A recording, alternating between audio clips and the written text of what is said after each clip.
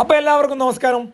വയനാട്ടിൽ ഏറ്റവും കൂടുതൽ വിനോദസഞ്ചാരികൾ എത്തുന്ന ഒരു കാലമാണ് മൺസൂൺ ടൂറിസം കാലം, അതായത് മഴക്കാലം. പ്രത്യേകിച്ച് അവരെല്ലാവരും വരുന്നത് ബാണാസുര സാഗർ ഡാമിലെ ഈ വെള്ളക്കെട്ട് കാണാനും അവിടുത്തെ ദൃശ്യഭംഗി ആസ്വദിക്കാനും ഒക്കെയാണ്.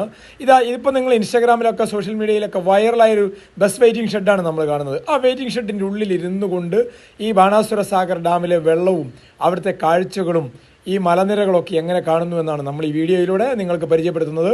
പ്രത്യേകിച്ച് ഇപ്പോൾ ഡാമിൻ്റെ ഷട്ടറൊക്കെ തുറന്നതുകൊണ്ട് ആ ഷട്ടർ തുറന്ന് വെള്ളം ഇങ്ങനെ പാല് പോലെ ഒഴുകുന്നത് കാണാനൊക്കെ ധാരാളം ആളുകൾ വരുമ്പോൾ അതിൻ്റെ മറുവശത്ത് ഈ ജലസംഭരണി കാണാൻ കൂടി ആളുകൾക്ക് എത്തുകയാണ്. അങ്ങതാ കാർമേഘങ്ങളൊക്കെ പുതച്ച് നല്ല കോടമഞ്ഞ് പുതച്ച ഒരു പ്രദേശം നമുക്ക് ഈ വെയിറ്റിംഗ് ഷെഡിനുള്ളിൽ നിന്ന് കാണാം. ഇത് 13 മൈൽ എന്നാണ് ഈ സ്ഥലത്തിൻ്റെ പേര്. അതായത് ബാണാസുര സാഗർ ഡാമിലെ വെള്ളം കെട്ടി നിൽക്കുന്ന ഒരു ഭൂപ്രദേശം. പഴയ തരിയോടെന്ന് അറിയപ്പെടും.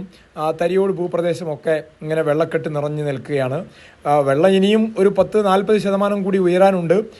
പക്ഷേ 55% ആയപ്പോഴത്തേക്കും ജലനിരപ്പ് ക്രമപ്പെടുത്തുന്നതിന് വേണ്ടി ഷട്ടറുകൾ തുറക്കുകയാണ് കഴിഞ്ഞ ദിവസം ചെയ്തത്. ഇവിടെ ധാരാളം മത്സ്യങ്ങളുണ്ട്, മത്സ്യസമ്പത്തുണ്ട്. ഇവിടെയൊക്കെ പണ്ട് ജനവാസ കേന്ദ്രങ്ങളായിരുന്നു കേട്ടോ. പിന്നീട് ഡാം പണിത് ഏഷ്യയിലെ തന്നെ 2ാമത്തെ വലിയ എർത്ത് ഡാമായി ഈ ബാണാസുര സാഗർ വളർന്നതോടുകൂടി ഇവിടെയുള്ള ജനങ്ങളൊക്കെ വേറെ സ്ഥലങ്ങളിലേക്ക് പോയി. പരിസരത്തൊക്കെ ധാരാളം റിസോർട്ടുകളൊക്കെ ഉണ്ട്. ആ റിസോർട്ടിൽ നിന്ന് കാണുന്നത് പോലെ നമുക്ക് ഈ വെയിറ്റിംഗ് ഷെഡിൽ നിന്ന് കാണാം. അതാണ് ഏറ്റവും വലിയ പ്രത്യേകതയുള്ളത്. ഇവിടെയൊക്കെ ഒരു റിസോർട്ടിലൊക്കെ താമസിക്കണമെങ്കിൽ നല്ല തുകയൊക്കെ കൊടുക്കണം ഒരു ദിവസം. പക്ഷേ റിസോർട്ടിലൊന്നും താമസിക്കാൻ പൈസ ഇല്ലാത്തവർക്ക് ഈ റോഡിനരികിൽ കൂടി നടന്നാൽ പോലും വാഹനത്തിൽ പോയാൽ പോലും ഈ നല്ല കാഴ്ചകളെല്ലാം കാണാമെന്നുള്ളതാണ് ഏറ്റവും വലിയ പ്രത്യേകത. ആ മരങ്ങളൊക്കെ നമ്മൾ കാണുന്നില്ലേ, അതൊക്കെ പണ്ട് കാലത്ത് കൃഷിയിടങ്ങളായിരുന്നു. അവിടുത്തെ വലിയ മരങ്ങളൊക്കെയാണ്. അതിപ്പോഴും ഈ വെള്ളക്കെട്ടിനുള്ളിൽ നിൽക്കുകയാണ്. വലിയൊരു ജലാശയമാണ് ഇത്. കുറ്റ്യാടി ജലവൈദ്യുത പദ്ധതിയുടെ ജലസംഭരണിയാണ് ഈ ബാണാസുര സാഗർ ഡാം. ഇവിടെ നിന്ന് വെള്ളം കൊണ്ടുപോയാണ് കുറ്റ്യാടി ജലവൈദ്യുത പദ്ധതിയിൽ വൈദ്യുതി ഉൽപ്പാദിപ്പിക്കുന്നത്. ഏകദേശം 1,00,000 ക്യൂബിക് വെള്ളം ഒരു ദിവസം ഇവിടെ നിന്ന് ഒഴുക്കി കൊണ്ടുപോയാണ് ഈ മഴക്കാലത്ത് വൈദ്യുതി ഉൽപ്പാദനത്തിന് ഉപയോഗിക്കുന്നത്. അത് വീണ്ടും വൃഷ്ടി പ്രദേശങ്ങളിലെല്ലാം നമ്മൾ ആ കാണുന്ന മലനിരകളിലെല്ലാം, കാപ്പിക്കുളത്താണ് ഈ വർഷം മഴ പെയ്തതിൽ ഏറ്റവും കൂടുതൽ മഴ ഉണ്ടായിരുന്നത്. അപ്പോൾ ആ മഴയൊക്കെ കൂടുതൽ പെയ്ത് ജലനിരപ്പ് ഉയർന്നു കഴിയുമ്പം ജലനിരപ്പ് നിയന്ത്രിക്കുന്നതിന് വേണ്ടിയിട്ടാണ് ഇപ്പോൾ ഡാമിൻ്റെ ഷട്ടർ തുറന്നത്. അപ്പോൾ ഇപ്പോൾ തുറന്നിരിക്കുന്നത് 10 സെൻറ്റിമീറ്റർ, 4 ഷട്ടറുണ്ട്. അതിലൊരു ഷട്ടറിൻ്റെ 10 സെൻറ്റിമീറ്ററാണ് ഉയർത്തിയത്. 50 ക്യൂബിക്ക് വരെ വെള്ളം തുറന്നു വിടാൻ പുഴയിലേക്ക്, കാരമാനത്തോട്ടിലേക്ക് തുറന്നു വിടാനുള്ള അനുമതി ജില്ലാ ഭരണകൂടം നൽകിയിട്ടുണ്ട്. പക്ഷേ ഇപ്പോൾ 5 ക്യൂബിക്കൊക്കെ വെള്ളമാണ് ഒഴുക്കി വിടുന്നുള്ളൂ.